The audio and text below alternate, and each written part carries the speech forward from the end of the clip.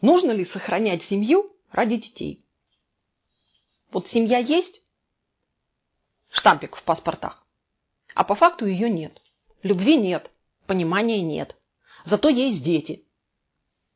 И есть внутри чувство вины большое, что ну как же, я же мать, я же обязана детей дорастить в полной семье, чтобы у них травмы не было и всего тому подобного. Давайте разбираться, стоит ли сохранять семью в таких условиях, потому что этих комментариев под видео, под своими, я получаю очень много.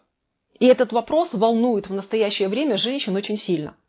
И если он актуален до вас, давайте разберемся, чтобы у вас было четкое понимание, ради чего вы приносите жертву. Потому что обычно, когда женщина озабочена этим вопросом, она уже пошла на очень большие жертвы. И она стоит перед выбором. Еще больше нести потери и жертвы, либо остановиться и принимать какое-то решение. Давайте разбираться. С вами Алла Касаткина, проект «Ладная я». Вот здесь на видео указано название моего сайта. Вы можете перейти на него, почитать интересные статьи, которые вам ответят на многие актуальные для женщин вопросы. Подписаться на нашу рассылку и получить подарок, который есть там для вас в описании видео. Ну, а мы продолжаем. Стоит ли разводиться, если любви нет, а дети есть? Стоит ли ради них сохранять семью?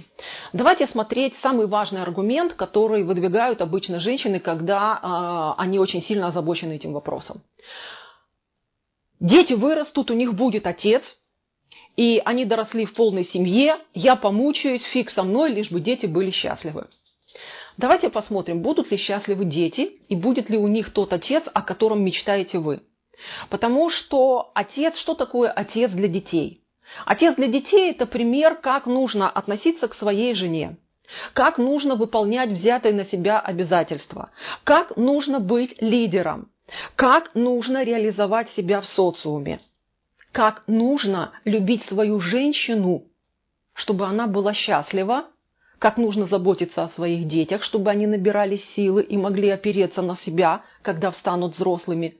И еще много-много всего, как обеспечивать семью, как выстраивать отношения с родственниками даже, чтобы заявить статус и не давать в обиду свою жену. И еще много всего остального. Это все про мужа.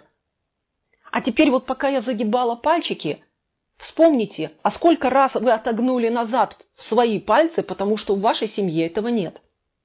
А это значит, тот пример, который вы рассчитывали, что дети получат, имея отца, они не получат. Даже если номинально этот мужчина будет в вашей семье.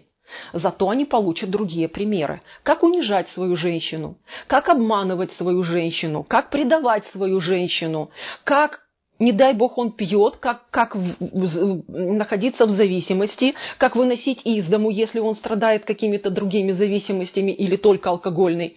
И еще масса всего, как быть неудачником, как отыгрываться на чужой самооценке за то, что я не хочу ничего с собой сделать, как сидеть на чужой шее. Вот эти примеры получают у вас ваши дети в этой семье, пока вы живете с мужчиной и тянете все на себе.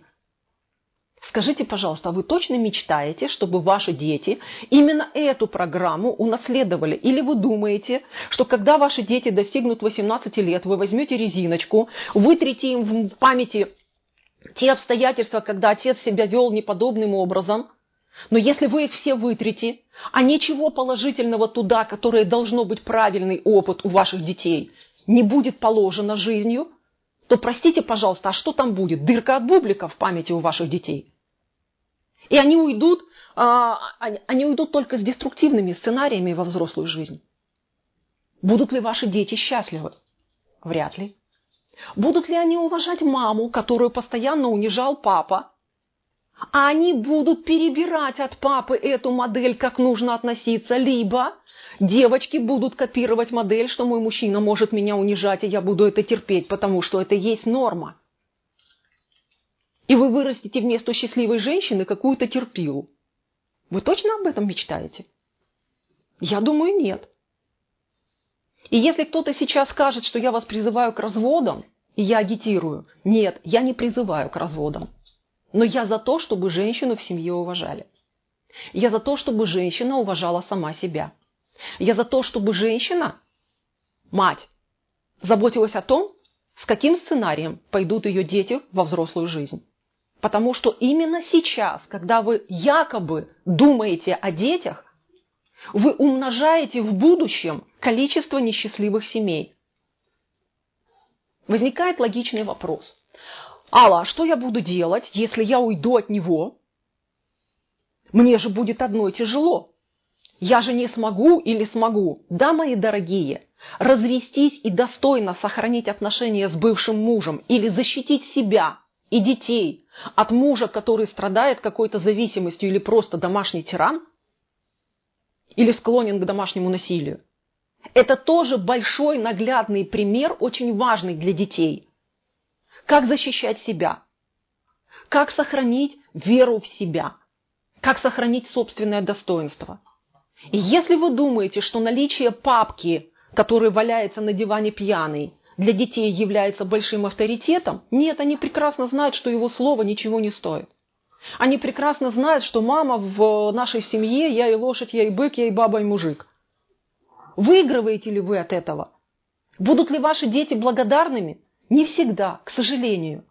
Потому что если они знают, что вы терпите и миритесь, они будут делать точно так же, требуя от вас чего-то невозможного в своей взрослой жизни. Поэтому, мои дорогие, принимайте решение, мудрое взвешивание. Хотите прийти проконсультироваться, посоветоваться со мной, приходите на консультацию, разберемся и посоветуемся. И если ваши отношения можно сохранить, только изменив немножко какие-то моменты ключевые в ваших отношениях, мы их сохраним. Но если там сохранять нечего, не живите на пепелище. Потому что ваши дети будут наследовать тот же деструктивный сценарий жертвы. Я от всей души желаю вам мудрости. Я от всей души желаю вам разобраться, что вы хотите передать своим детям в будущее, чтобы они действительно выросли счастливыми, любящими вас, ценящими ваш вклад в их воспитание, и чтобы вы, в конце концов, были счастливы, были любимы и понимали, что вы можете повлиять на свое счастье. С вами была Алла Касаткина. До встречи в следующих видео. Если у вас есть вопросы, комментарии, здесь под этим видео я с удовольствием с вами пообщаюсь. Пока-пока.